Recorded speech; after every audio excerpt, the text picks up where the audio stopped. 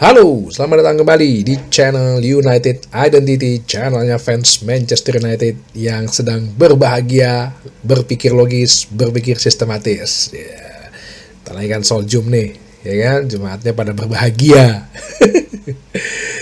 Oh, siap-siap aja, pakai baju MU langsung nih kan?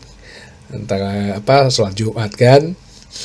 Eh, ya, akhirnya kita memastikan langkah ke final Europa League, di mana dalam 5 tahun ini adalah final keempat kita dalam sebuah turnamen, ya. Final keempat Manchester United dalam sebuah turnamen.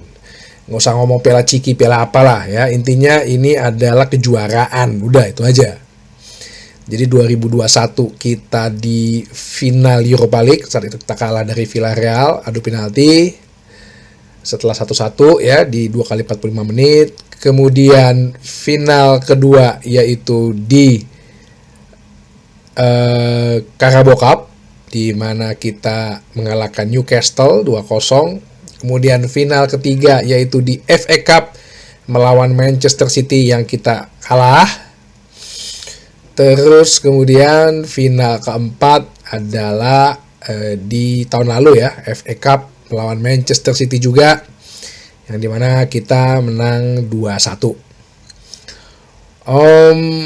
Dan final besok tanggal 22 Mei Manchester United akan menghadapi Tottenham Hotspur di kandang Athletic Club ya di Bilbao.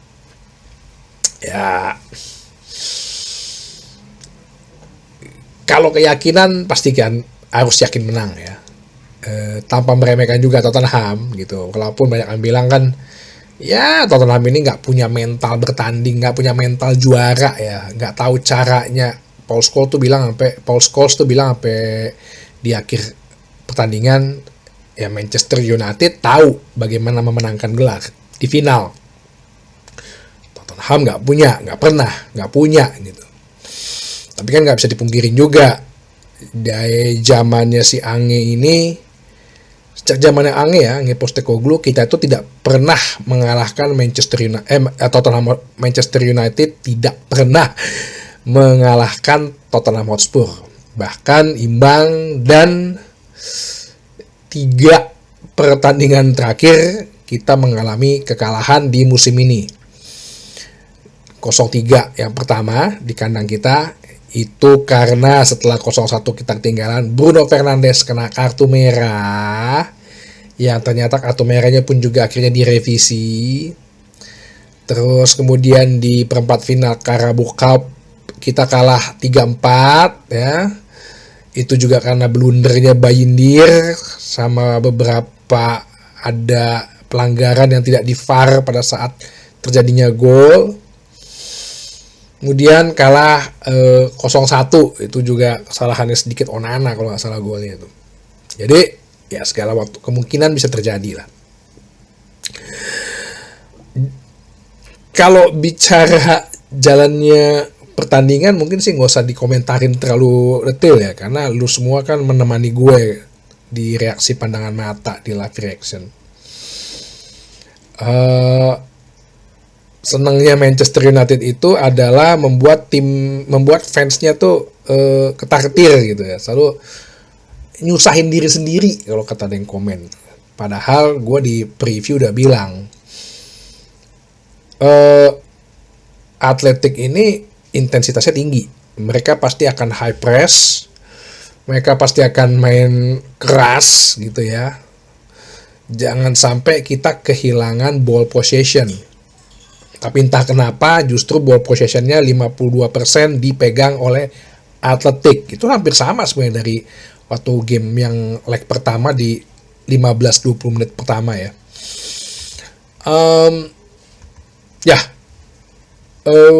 Akhirnya kecolong gol ya. Formasi sih nggak beda jauh ya dengan yang tadi gue bilang. Onana, Maguire, Yoro, sama Lindelof yang mengkhawatirkan. Tengahnya ternyata Luke Shaw Luke Shaw tidak dipasang.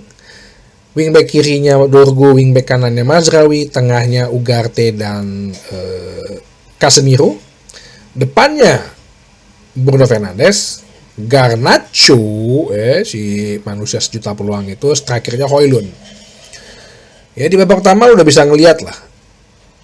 Setelah kita ketinggalan 1-0 oleh Jorgi Zier itu, tendangannya bagus ya, dan gue agak bingung juga ya, Onana kenapa dia mau reach-nya kok 2 tangan ya, kan jangkauannya jadi lebih pendek ya.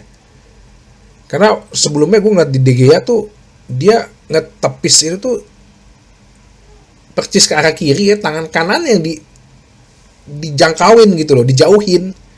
Tahu lah ya, Onana ya. Bahkan setelah ketinggalan 1-0 itu pun, sampai pergantian pemain pun, sampai babak kedua pun, itu nggak ada suatu perubahan gitu loh. Ya di luar yang sampai gue terdiam itu ya, 2 peluang emas Garnacho sudah berhadapan dengan kiper. Yang satu mentok, yang satu mau dicop nyamping, padahal nembak kenceng aja kayak Bruno kemarin bisa, atau dikolongin, ya itulah nggak nyampe kali ini ya, daya pikirnya gitu. Nah, itu 60 menit ya, sampai menit ke 60. Nah, begitu 63, ganti pemain 3 langsung. Mason Mount gantiin Ugarte,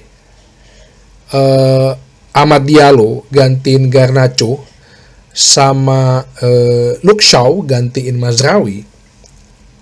Kelihatan Ahmad masuk tuh sekarang jadi hidup.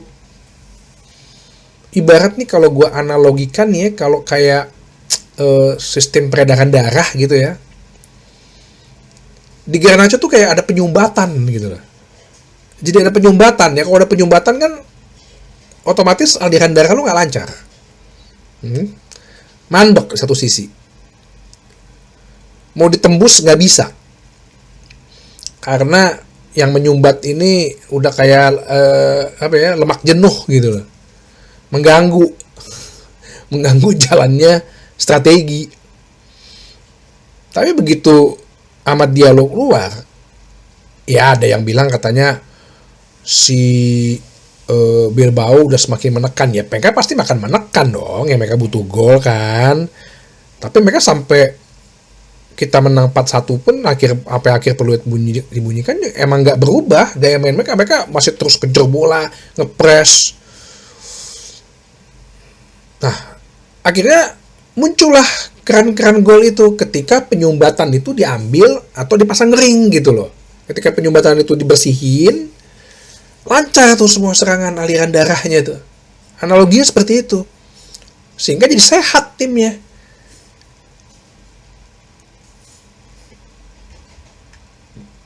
Serangan juga nggak ada yang mandek. Mason Mount akhirnya bisa cetak gol di menit ke-72. Terus kemudian kita bisa dapat bola mati, dapat set piece, tendangan bebas. Casemiro bisa ngebobolin di menit 79. Ya, gua kesana jadi bisa dikuncinya Casemiro nih untuk bola-bola mati nih. Jadi kita bagus juga sih, kita udah lama kan nggak di set piece, teman dengan ada Casemiro dan Maguire. Ini jadi sosok yang bisa jadikan target kalau kita sedang ada set piece menyerang ya, entah itu tendangan bebas maupun tendangan sudut. Bahkan seorang Højlund pun ya, walaupun Højlund gue liat masih suka telat ambil posisi ya, tapi dia jadinya bisa pede juga gitu loh. Ahmad pun gol ketiga Højlund itu ya hasil kerja keras Ahmad yang mau umpan gitu. Lenioro juga jadi berani maju. Terus akhirnya kita dapat gol keempat ya, memanfaatkan kesalahan si Atletik juga Ki. Tapi itu tendangannya bagus, insting yang bagus dari Mason Mount. Jadi ya, gue sih berharap itu bisa menjadi cerminan untuk kita komposisi bermain di final ya. Jadi Mason Mount, pasang aja Mason Mount jadi false nine. Terus Amad Diallo, dan bagusnya ini Amad Diallo ini kalau dia jadi penyerang kanan, dia cocok dengan Dorgu kemarin cocok, dengan Mazraoui yang seperti biasanya cocok, dengan Dalot juga cocok. Kalau si Garnacho, ketika dia bersama dengan si Dorgu di kiri, gue kagak ngerti tuh. Ada yang bilang itu sama-sama kayak kurang sarapan gitu. Gue nggak ngerti apa kurang sarapan, apa kurang darah gitu ya. Nggak nyambung gitu. Passing kemana, temennya lagi kemana.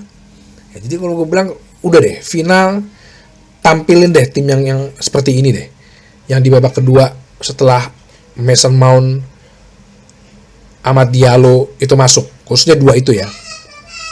Sehingga, ya jangan buat fans jadi keringet dingin gitu loh. Ini adalah gelar yang bisa kita capai untuk mendapatkan spot di Liga Champion ya. Dengan ini juga Liga Inggris otomatis sudah pasti dapat 6 jatah nih untuk spot Liga Champion. Jadi nikmatin aja Jumat ini kita merayakan keberhasilan masuk ke final Europa League. Tapi ya lo sadar diri aja, ntar abis ini lawan West Ham hari Minggu ya. Jangan kaget kalau tiba-tiba kita kebobolan kalah gitu ya. Ya mungkin dengan alasan menjaga kebugaran pemain ya. Harusnya sih enggak ya. Apalagi nih West Ham juga sebetulnya lagi agak sedikit gonjang-ganjing kan, karena mereka juga lagi ada pergantian pelatih melawan dengan si Graham Potter yang tadi diisukan menjadi pengganti pelatih Ten Hag waktu itu. Oke, jadi rayakanlah keberhasilan ini. Gue sih berharap setelah menit ke-60 komposisi pemain itulah khususnya di barisan penyerang yang dipakai nanti sama Amorim di final. Ya. Jangan lo ngarepin lagi masih Garnacho. Udah Garnacho 2 pertandingan ini pasang aja tim inti. Ya kan? Kalau dia bagus ya syukur. Kalau dia nggak bagus, sorry maaf ada suara-suara teriak-teriak. Kalau dia nggak bagus ya udah. Oke, sampai ketemu lagi di bahasan berikutnya di channel United Identity. Channelnya fans Manchester United yang selalu berpikir logis dan sistematis. Terima kasih.